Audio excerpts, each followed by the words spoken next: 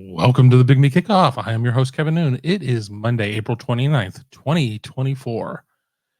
Big week coming up here on Buckeye Huddle. I will get to that here in a minute. I want to thank our friends at nonaturals.com for their continued sponsorship and support of the Big Me Kickoff, and a little housekeeping news to get to as well. I understand that one of our viewers, their 25th birthday is coming up on Tuesday, April 30th, and I want to say happy birthday to David. Uh, a family member reached out to me, said you are a big fan of the show, and asked if I could do a birthday shout out. And of course, I can do that. Now, I can't keep track of everybody's birthday, so probably best to send me an email at kevin@buckeyegrove.com, my old email address, if you want to get in touch with me. But I want to wish David a happy 25th birthday coming up here on Tuesday, the 30th, 25. Let me think. We're going back a ways to when I was 25, working in television, making next to nothing, working 65, 70 hours a week.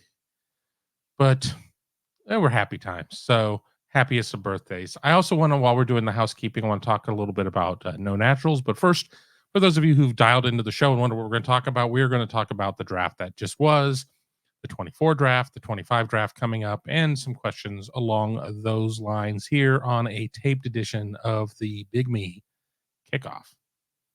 Now, let's get to our read here with our friends from No Naturals. Are you ready for an entirely different edible experience? Welcome to No Naturals, where we're shattering the stereotype of one-note, slow-acting gummies. Forget waiting over an hour to feel the effects. Our gummies are like a sprinter out of the blocks, fast-acting in just 15 to 30 minutes. Picture this. You're just not choosing a flavor. You're choosing your vibe. With 5 core experiences and 6 custom combos, you're in full control. Whether it's energy and focus without the crash, a peaceful slumber that lasts all night, or a game-changing burst of bliss and euphoria, these edibles are the real deal. And the best part? You don't need a doctor's recommendation. No Natural gummies are dispensary quality and discreetly delivered right to your door. So whether you're craving a productivity boost, a good night's sleep, or some blissful euphoria, say hello to No Naturals. Try them today and use code HUDDLE10 for 10% off your order at shop.nonaturals.com. And we will throw this in here.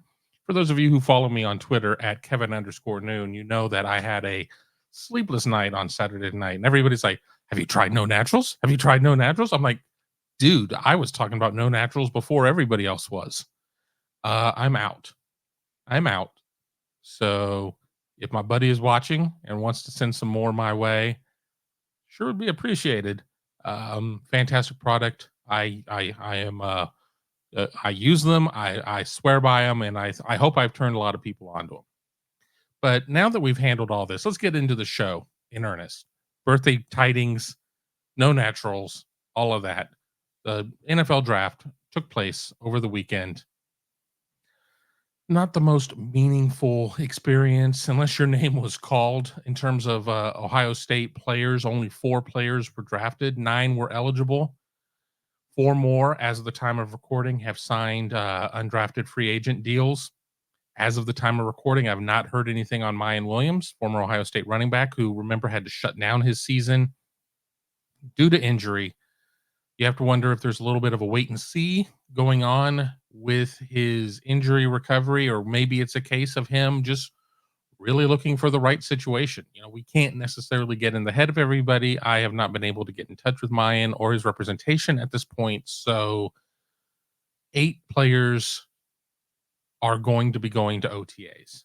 4 by way of draft picks, 4 by way of undrafted free agent contracts. Obviously, Marvin Harrison Jr., the headline of the class, going number 4 overall to Arizona. Probably after the Caleb Williams to Chicago pick, probably the pick I felt most comfortable in saying this is going to happen. Now, did Arizona get, did they get some calls along the way about, hey, we would love to move up? Probably, especially when you had the run of quarterbacks right off the top.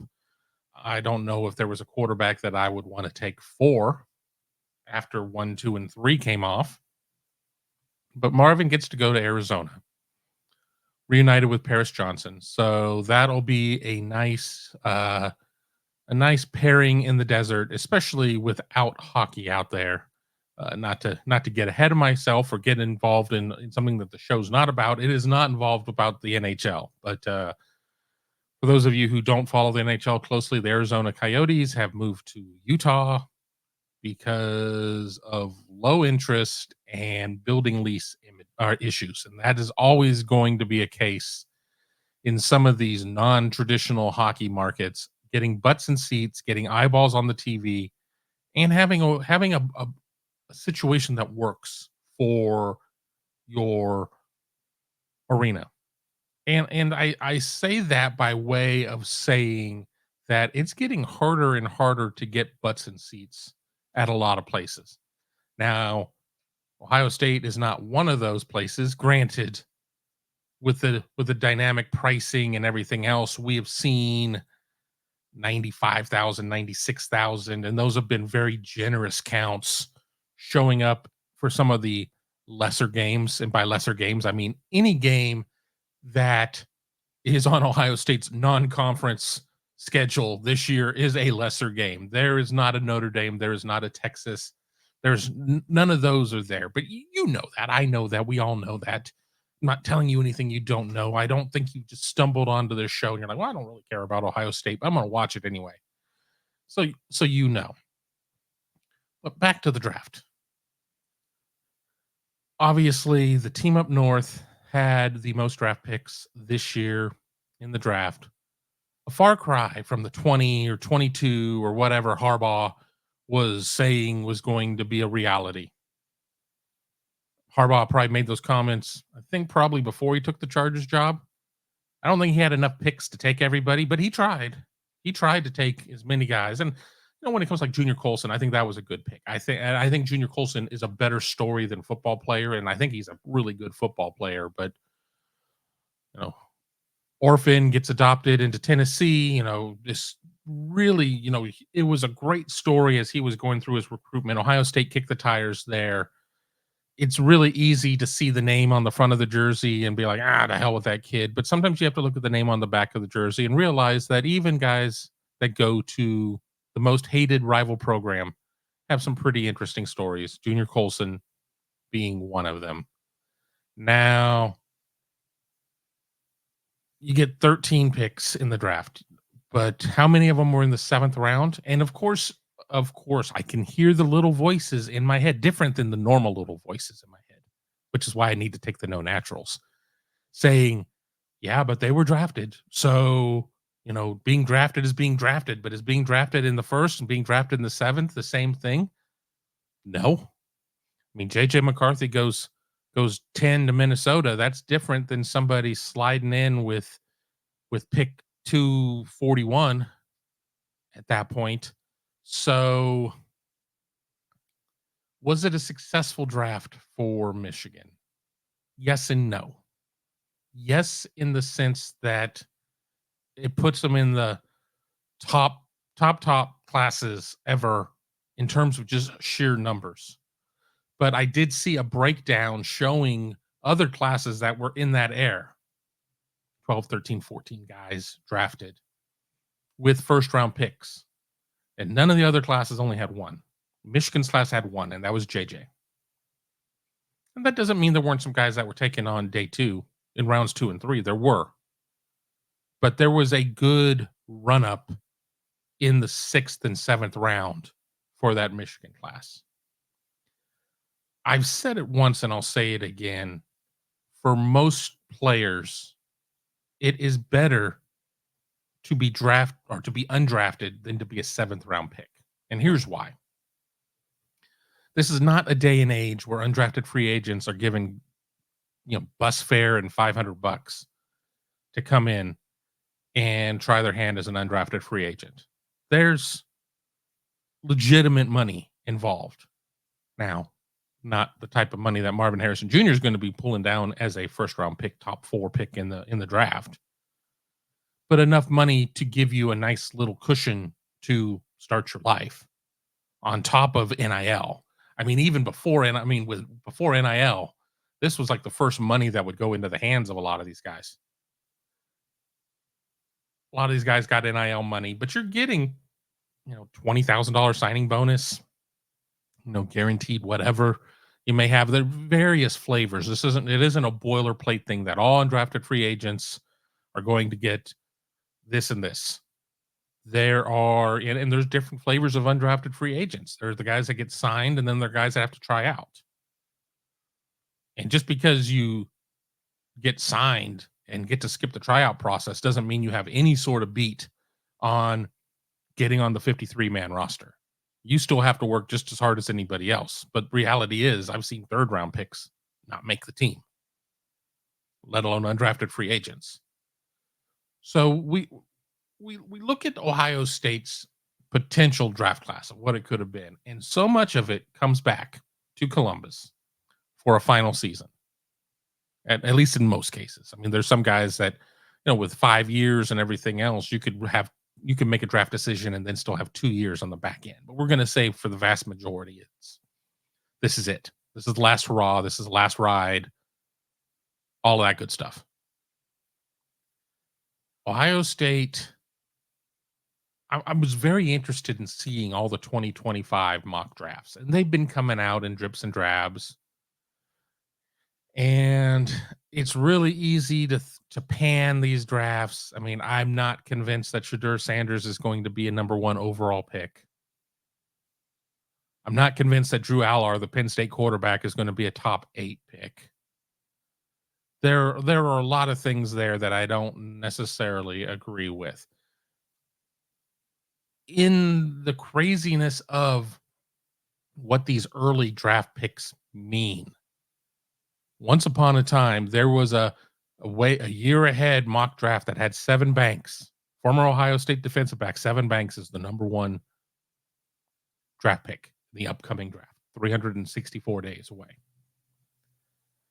That did not happen. That did not happen. But what I look for is trends. Who is consistently showing up on these mock drafts? Who is showing up in the top 10, in the middle 10, and the bottom 12?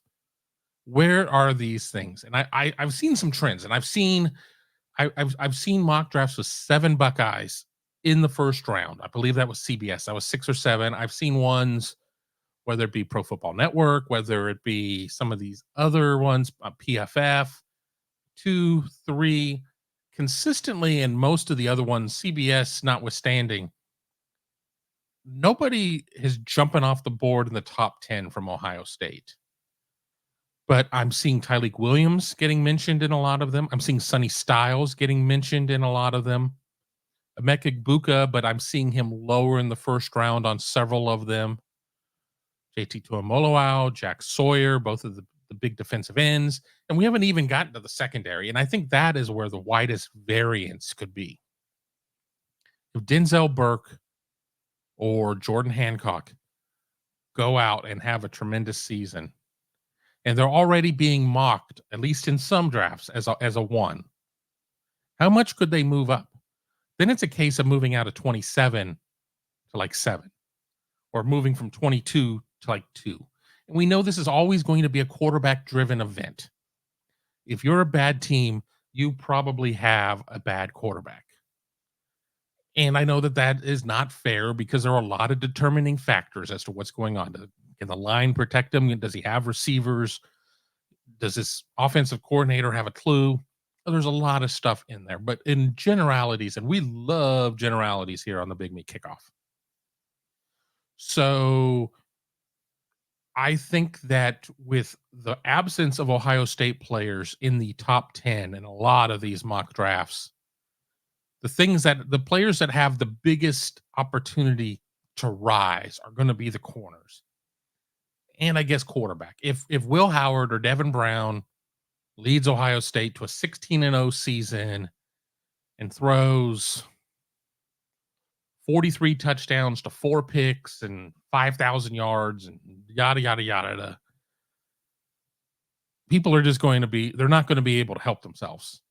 Now we know that the benchmark is you need 2 seasons of college football to really have an opportunity at success in the NFL, according to the metrics. according to everything that we see there. Mark Sanchez, I think was it Mark Sanchez? I think was the last non 2 year starter or more. He's kind of like the flag bearer, if you will. And his NFL career was unremarkable. But the point is that there is going to be somebody who's going to see an Ohio State quarterback, and I'm going to get to the corners in a second. An Ohio State quarterback that puts up these big numbers like, well, we can do this. God, we're the next level. Of course we've got a better roster than Ohio State. Are you sure about that? You sure about that? If you're picking in the top 5, and no, I'm not. I don't buy into this fallacy of the best college team could beat the worst NFL team. I don't even buy into the fallacy that a team of college all-stars could beat the worst NFL team. There's differences in body types, and just you're a professional. You've been playing in the league for 6 years, and that's your life and everything else. And versus a 21-year-old kid who, yes, has probably been playing football since he's been 5, but it doesn't change the fact that he's not been a professional. Oh, he's never been 23, 24, 25, 26 years old. So he's probably a little bit behind in some physical development. Certainly in high level football knowledge, IQ. We love to talk about football IQ. You could play since you're 5. You're not watching film at 5. Your high school is probably not running the most complex offense or defense, no matter how complicated it may have felt to you when you were in it, compared to what an NFL system is. So there's a lot to that. Oh, and I want to mention another player too that I'm seeing getting some love too is Donovan Jackson. If he were a tackle, I think we'd be seeing him get more love. But we know that tackle is another Cadillac position in terms of the NFL draft, whereas guard, not as much, even though they're damn important. So you have that at quarterback, and then you have corner. And I think when we talk about the 3 Cadillac positions in NFL draft world, it's quarter in no order: quarterback, corner, and offensive tackle. And we could debate what the order is. If you could have the best quarterback in the world, if you don't have a tackle, he's gonna get the Justin Fields treatment. If your quarterback sucks, I don't care how good your offensive tackle is, unless you've got like an all-world running game, and then we can obviously make the argument on the defensive side of the ball for cornerbacks. Now, we certainly saw plenty out of both Burke and Hancock this past season. If they can take a further step forward, and we're starting to really nitpick on aspects of games, and that doesn't mean that these guys are perfect and they're going to walk right in and battle for defensive rookie of the year in the NFL. No, but I'm just saying that they are getting toward the top of the pyramid in college football. So you really have to show something, I think, to make that final ascent to the top of the mountain. You're at the last camp. We're not talking the base camp. We're talking that last camp before you go and do that last bit of the climb, the hardest, most arduous part of the climb. The situation, the conditions are horrible. In that small amount of territory, many have failed, etc. Now we move that to football. We love to make comparisons to war. Now we're doing it to mountain climbing. You have to sit there and really fine tune some things, because teams know who you are and don't necessarily want to throw against you, but they gotta. And you've got to be able to do some of these last things. And I think one or both have the potential. I have both of them penciled in my first round. I really do. When the draft is in Green Bay here in 360 days, join us here at BuckeyeHuddle.com in Green Bay. I'm already throwing down the gauntlet. We will absolutely be there. We will absolutely be there, unless the world blows up or something. I don't know. We will be there, because it is going to be a celebration of Buckeyes. And Rich Eisen is going to have a lot of tears, because he was unwatchable in some regards when it came to all of the Michigan stuff. But all of that aside, what he's done with Run Rich Run and St. Jude Research Hospital is amazing. And we don't have a sponsorship from St. Jude, but I really believe in the mission started by Danny Thomas with St. Jude. And I think that it is a tremendous place to donate because I don't need to recite everything in the commercial. Parents never see a bill, when they bring in kids not only from the states but from abroad. I just think it is a fantastic thing, and he's done so many things with St. Jude to raise millions of dollars through the years. So say what you will about Rich Eisen being obnoxious during the NFL draft, he's still a-okay in my book for everything that he does with St. Jude, Michigan alum or not. I think that is a tremendous, tremendous charitable organization, and I urge everybody, after signing up for Buckeye Huddle, after checking in with No Naturals, if you had an extra buck or two, kick it over to St. Jude. They really do great work. I'm little scheduling update. I was going to go Monday, Wednesday, Thursday of this week. I think I'm going to go Monday, Tuesday, Wednesday. You'll understand later in the week why I'm making the adjustments, why I'm front loading my week. But keep it locked in here. Hit that thumbs up, subscribe to the channel, hit the bell. Don't miss a single episode of the Big Me Kickoff, Buckeyes Tomorrow Morning, Buckeye Weekly Podcast, Skull Session Recruiting Podcast, any of our great programming, interviews, Hungry Huddle, everything here at youtube.com/Buckeye Huddle. If you're listening on any of your favorite podcasting platforms, leave us a 5-star review. That helps us with our distribution. That helps us with the algorithm. That helps us with Chet in the back room saying, okay, we will distribute this a little bit more. All of that very important. But that means I will be joining you here in a day so I can hit my quota of 3 shows a week. I don't know what I want to talk about yet. So why don't you get on board and sit there and tell me a couple things that you might want to talk about? I'll read the comments. I always try to. Doesn't always happen, but I try to. And maybe your topic will be what we talk about on Tuesday. And then on Wednesday, we do go live. And you really do control that show, as I'm getting direct feedback from all my program directors, all of you out there watching. But just to wrap up, I want to thank our friends at No Naturals. I want to say happy 25th birthday. And if you want to get a birthday shout out or something like that, you can reach out to me at kevin@buckeyegrove.com. Check us out at Buckeye Huddle. We are running a tremendous special right now, and I should have mentioned this off the top. You get all the way to the end. People have already kind of tuned out. We are running for the next couple weeks. Don't know an end date, so you better get involved now. A sale on annual subscriptions, regularly $125, now just $69.99. Get on board at BuckeyeHuddle.com. Check out all the recruiting coverage from Mark Givler, all of the team coverage from Tom, Tony, and myself, analysis from Ross and Mickey and Devin. So much great stuff. Plus the Huddle community board, which is fantastic. Fantastic message board. All of that at BuckeyeHuddle.com. We love super chats. We love super thanks. But the biggest way that you can sit there and tell us that we're doing a great job is by checking us out at BuckeyeHuddle.com. Until then, I will talk to you guys tomorrow. Have a great day, and I'll talk to you very soon.